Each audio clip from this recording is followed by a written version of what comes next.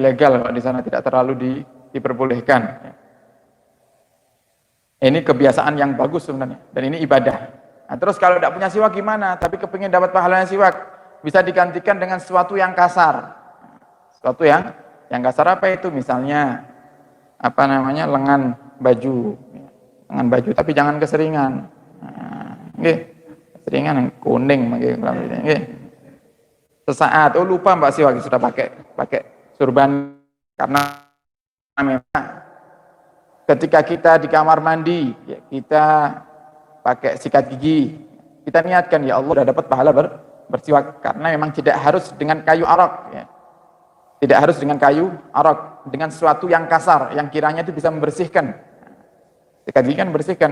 Nah, kita niati aja sikat gigian sekalian cari pahala dengan niat bersiwak. Wa fi husulihi bil isba'il husnah, salah satu aujuh li ashabi Syafi'i, dan ada sebagian itu yang berpendapat tidak harus dengan kayu arok, tapi bisa juga dengan apa namanya, kayu kurma, ya, pelepah kurma. Kurma itu pohonnya kayak kelapa, ya. Kayu daunnya itu, ranting daunnya, dibuang daunnya, dipakai kayunya, bukan kayu pohonnya, kayu yang daunnya, tempat daunnya apa itu namanya. Nah, itu yang dipakai. Nah, itu bisa digunakan untuk bersiwak, atau dengan kayu buah pohon tin atau pohon zaitun, ya, bisa digunakan untuk bersiwak. Tidak ada kayu apapun, dan sunnahnya kalau mau pakai kayu arok, sunnah kayu arok yang basah. Sunnahnya kayu arok yang basah. Kenapa? Kalau yang kering itu sakit digusi. Kalau yang kering sakit. Makanya kalau dengan beli yang terbuka, posisi siwaknya itu terbuka, otomatis dia kering. Nah, terus cara pakainya gimana? Cara pakainya direndam dulu, paling tidak semalam. Rendam di air semalam, nanti baru dipakai. Nah, jadi kayunya menyerap air yang ada, jadi basah, tidak terlalu sakit digunakan di gusi. Kemudian apakah ada doanya? Ada sebagian ulama mengatakan, ada yang berdoa, Allahumma barik li fihi ya arhamar rahimin. Ya Allah, berkahi mulut saya ya Allah, Engkau zat yang maha rahim. Ada yang minta seperti itu. Ada yang panjang doanya, ya kita pakai yang singkat-singkat saja. Kalau memang kita tidak hafal, kita pakai yang singkat. Yustahabbu an yastaka fi dhahiril asnan wa batiniha, dan hendaknya kita bersiwak di bagian luar gigi, di depan, ya, di bagian gigi depan dan juga belakangnya. Jadi jangan hanya di depannya saja, belakangnya.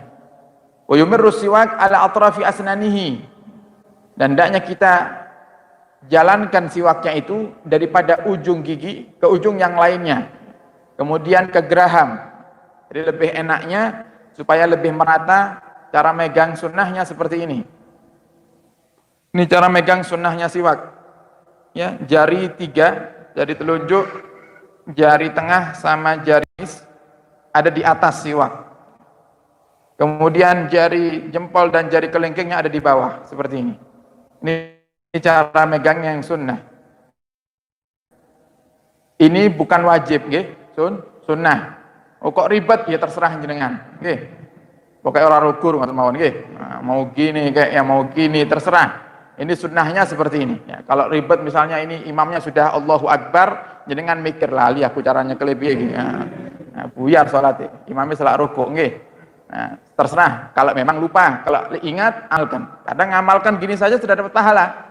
Belum bersiwaknya ini, kita ngamalkan sudah dapat pahala satu. Apa? Pahala niru gaya megang siwaknya Rasulullah Shallallahu Alaihi Wasallam. Dan semua yang dilakukan oleh Rasulullah adalah kebaikan. Kalau kita ngikuti Nabi Muhammad, ya kita dapat pahala, karena semua yang dilakukan Nabi Muhammad adalah kebaikan. Makanya dalam Maulid Simtud Durar, Al-Imam Al-Habib Ali bin Muhammad Al-Hafsi beliau mengatakan, setiap kebaikan itu illa wa huwa mutalaqqan an zainil wujud.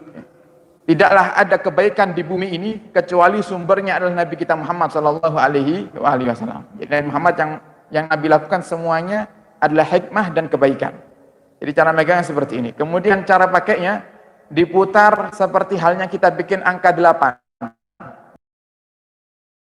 sampai ke belakang. Diputar bikin angka angka 8. Baru nanti meratakan bagian dalam gigi, kemudian terakhir kita angkat ke atas. Diangkat ke atas, ke langit-langit.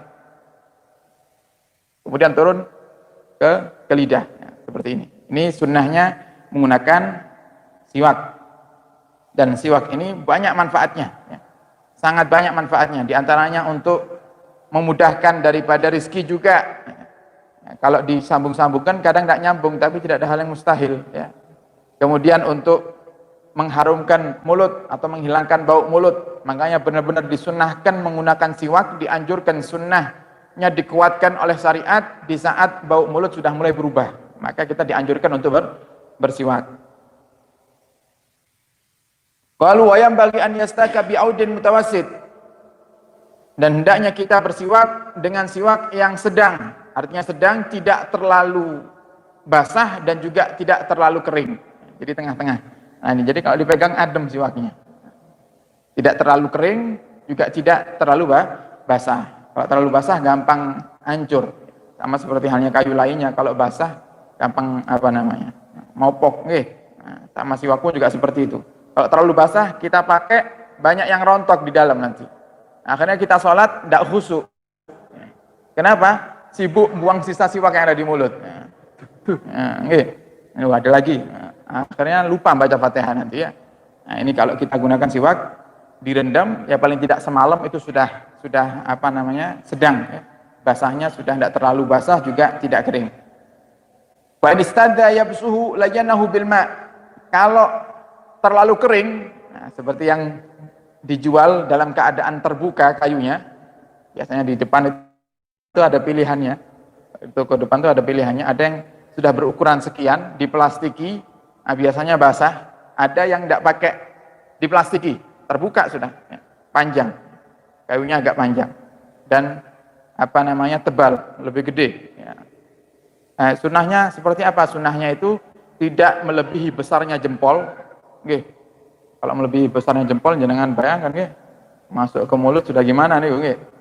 Juga tidak terlalu kecil dari jari kelingking. Cuman rata-rata yang kita dapati di toko selalu lebih kecil daripada kelingking. Kalau tidak bisa mendapati yang setara, ya paling tidak tetap bersiwak walaupun pakainya yang kecil, tidak masalah.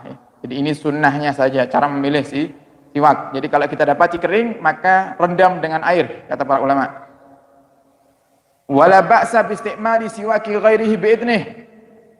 Dan kata Imam Nawawi, dan juga boleh kita pakai siwak orang lain dengan izinnya, kayak jenengan kaulu. Nggih. Gantian ya siwake. Lek jenengan kaulu mboten napa-napa asal diizini. Nggih, asal diizinkan. Tapi kan nggih mboten kaulu nggih, kecuali mungkin keluarga sendiri atau mungkin istri nggih. Ndak jijik kalau orang lain nggih.